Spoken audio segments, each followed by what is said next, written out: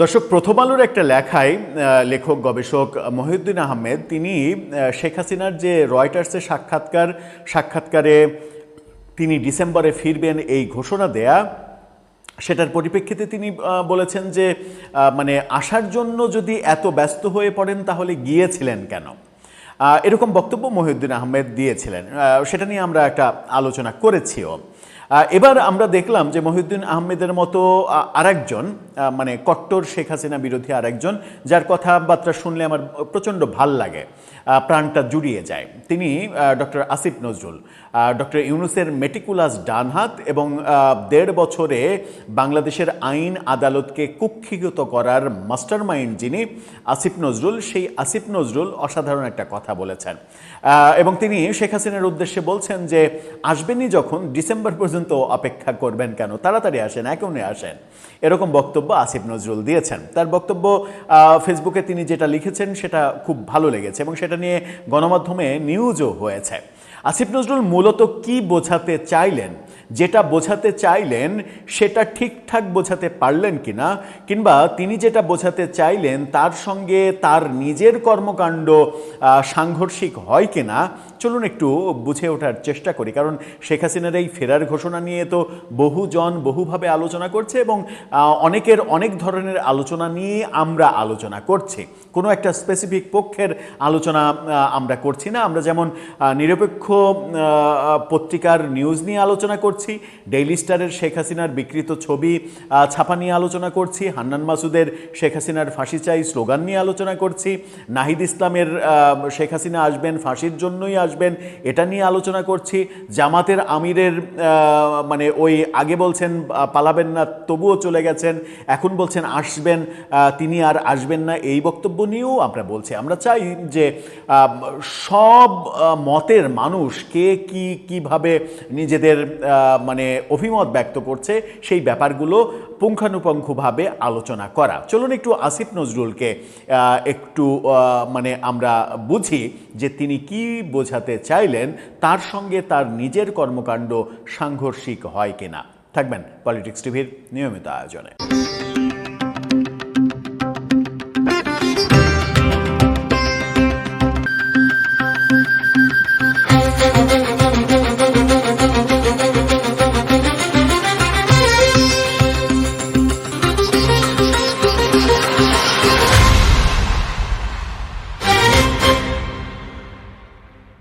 দর্শক, বলছিলাম ডক্টর আসিফ নজরুলের কথা। আসিফ নজরুল উপদেষ্টা হওয়ার আগে এক ভিডিও বার্তা যেটা সামাজিক যোগাযোগ মাধ্যমে খুবই ভাইরাল হয়েছে, ওই যে ডায়লগটা আছে, হায় আল্লাহ, আমি যদি কোনো দিন দেশের মন্ত্রী হতে পারতাম তাহলে জান প্রাণ উজাড় করে কাজ করতাম, মানুষের মন জয় করার চেষ্টা করতাম। মানুষের মন জয় করা মানে তো সৃষ্টিকর্তার মন জয় করা।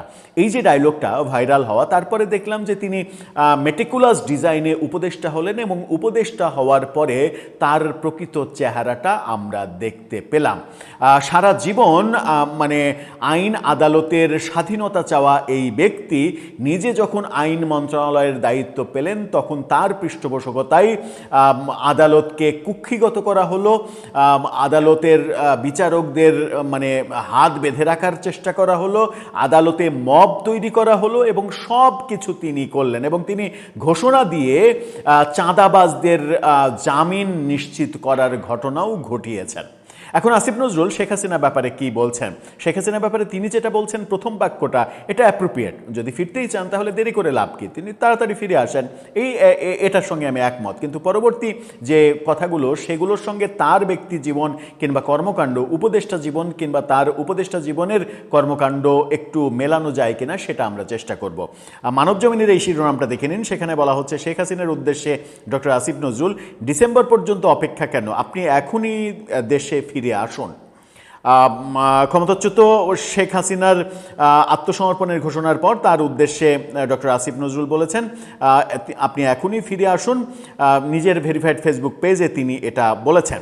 স্বাগতম শেখ হাসিনা শিরোনামে ওই স্ট্যাটাসে ডক্টর আসিফ নজরুল লিখেন, অন্তর্বর্তী সরকারের সময় শেখ হাসিনাকে দেশে ফিরিয়ে আনার জন্য ভারত সরকারের কাছে আনুষ্ঠানিকভাবে অনুরোধ জানানো হয়েছিল।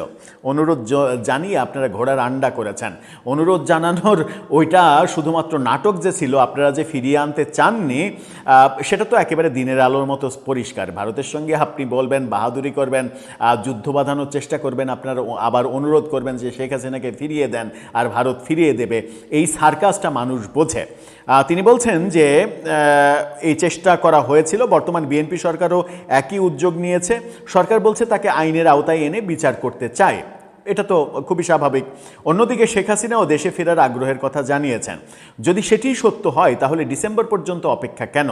শেখ হাসিনা, আপনি এখনই দেশে ফিরে আসুন। বাংলাদেশের জনগণের সামনে এবং আদালতের সামনে আপনার অনেক প্রশ্নের জবাব দেওয়ার আছে। জুলাই গণঅভ্যুত্থানের সময় শত শত মানুষের প্রাণহানির দায় নিয়ে আপনার বক্তব্য কি? আপনার শাসনামলে বিডিআর হত্যাকাণ্ড, শাপলা চত্বর হত্যাকাণ্ড, বিচার বহির্ভূত হত্যাকাণ্ড, গুম, আয়নাঘর, ব্যাপক দুর্নীতি ও অর্থ পাচারের অভিযোগ, এসব বিষয়ে আপনার ব্যাখ্যা কি? কেন দীর্ঘ সময় ধরে দেশের জনগণ ভোটাধিকার থেকে বঞ্চিত ছিল? কেন আমরা ভারতের আজ্ঞাবহ রাষ্ট্রে পরিণত হয়েছিলাম?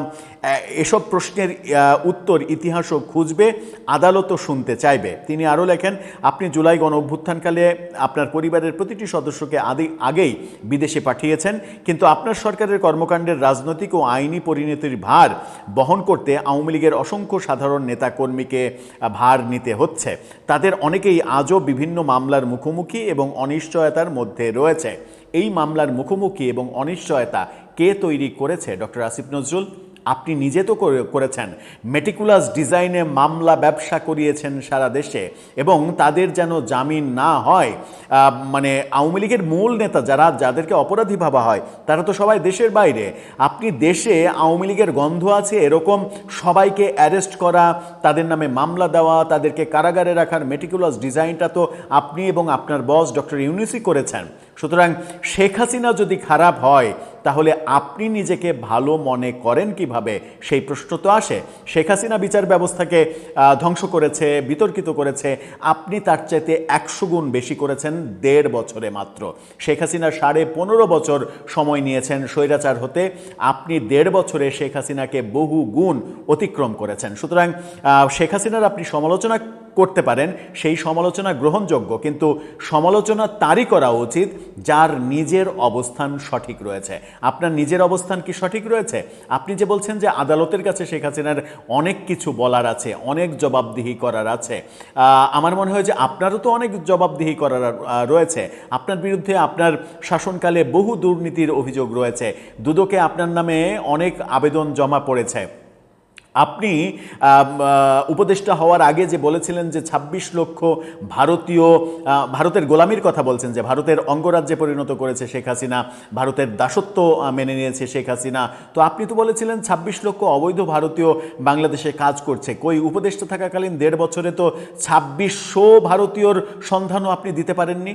তার মানে মিথ্যা বয়ান দিয়ে নিজেকে প্রতিষ্ঠিত করা কিংবা অন্যকে আক্রমণ করা, এটা আপনার ব্যক্তিগত স্বভাবে পরিণত হয়েছে।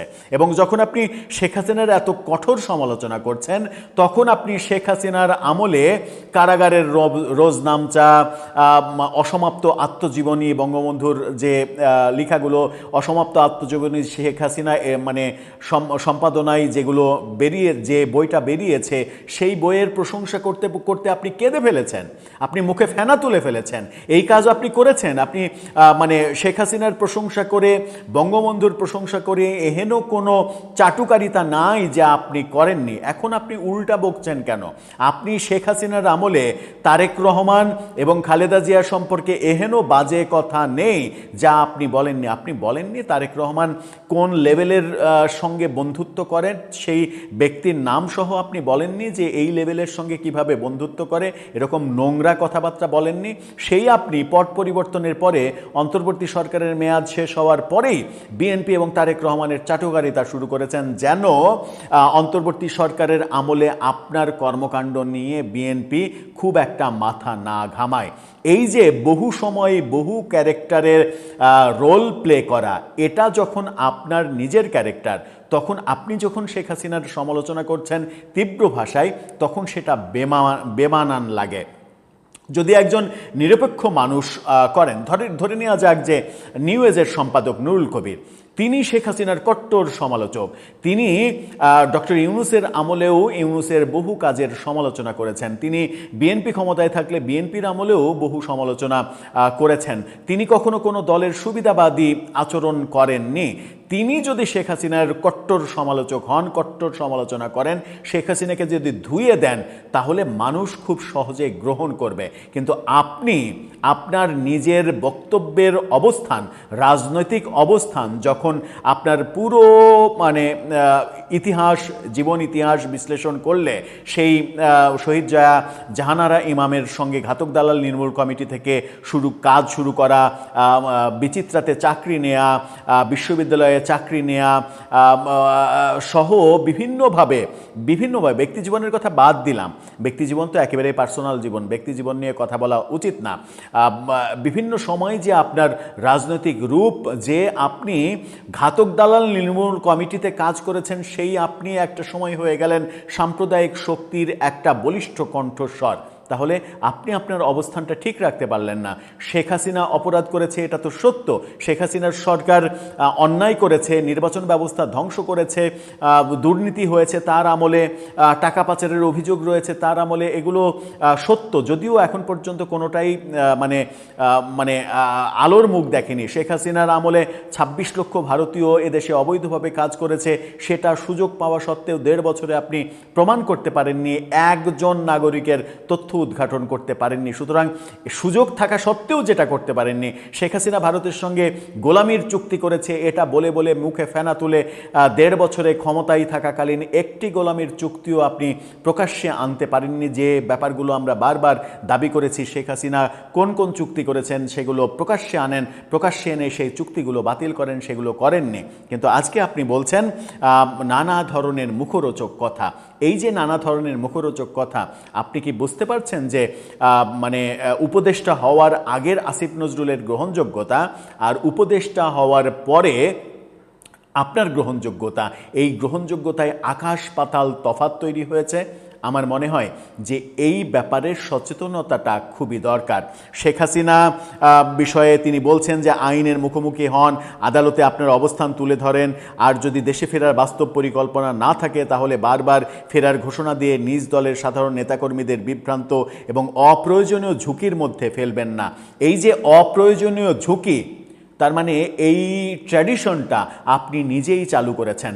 আপনি অহেতুক নির্দোষ বহু আওয়ামী লীগের সাধারণ নেতা কর্মী যারা কোনো ধরনের কোনো অপরাধের সঙ্গে জড়িত না, তাদের বিরুদ্ধে মামলাবাজির ব্যবসা করিয়ে তাদেরকে মেটিকুলাস ডিজাইনে কারাগারে রেখেছেন এবং আপনি এবং স্বরাষ্ট্র উপদেষ্টা প্রকাশ্যে বলেছেন তারা যেন জামিন না পায় সেই ব্যবস্থা করা হবে। আপনি আইনের ছাত্র হিসেবে এটা কি বলতে পারেন যে এ ধরনের বক্তব্য কোনো মন্ত্রী কিংবা কোনো দায়িত্বশীল ব্যক্তি বলতে পারে, আদালতের ওপরে খবরদারি করতে পারে যে জামিন যেন না হয় আওয়ামী লীগ ছাত্রলীগের কারো, সেই ব্যাপারটা আমরা নিশ্চিত করব?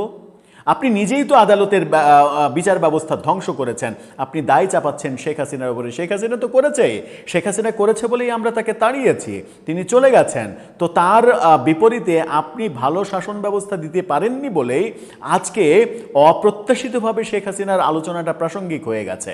আর শেখ হাসিনার আলোচনা যখন প্রাসঙ্গিক হয়ে গেছে, তখন আপনাদের বুকের ভিতর, আপনারা যারা অপরাধ করেছেন, যারা অপরাধ করেননি তাদের কিন্তু বুকের মধ্যে কাঁপন ধরবে না, কিন্তু আপনার মতো যারা মুখে ভালো কথা কাজে অন্যটা দৃশ্যমান হয়েছে যাদের বেলায়, তাদের বুকের মধ্যে ধুকধুকানি শুরু হয়েছে। কেন?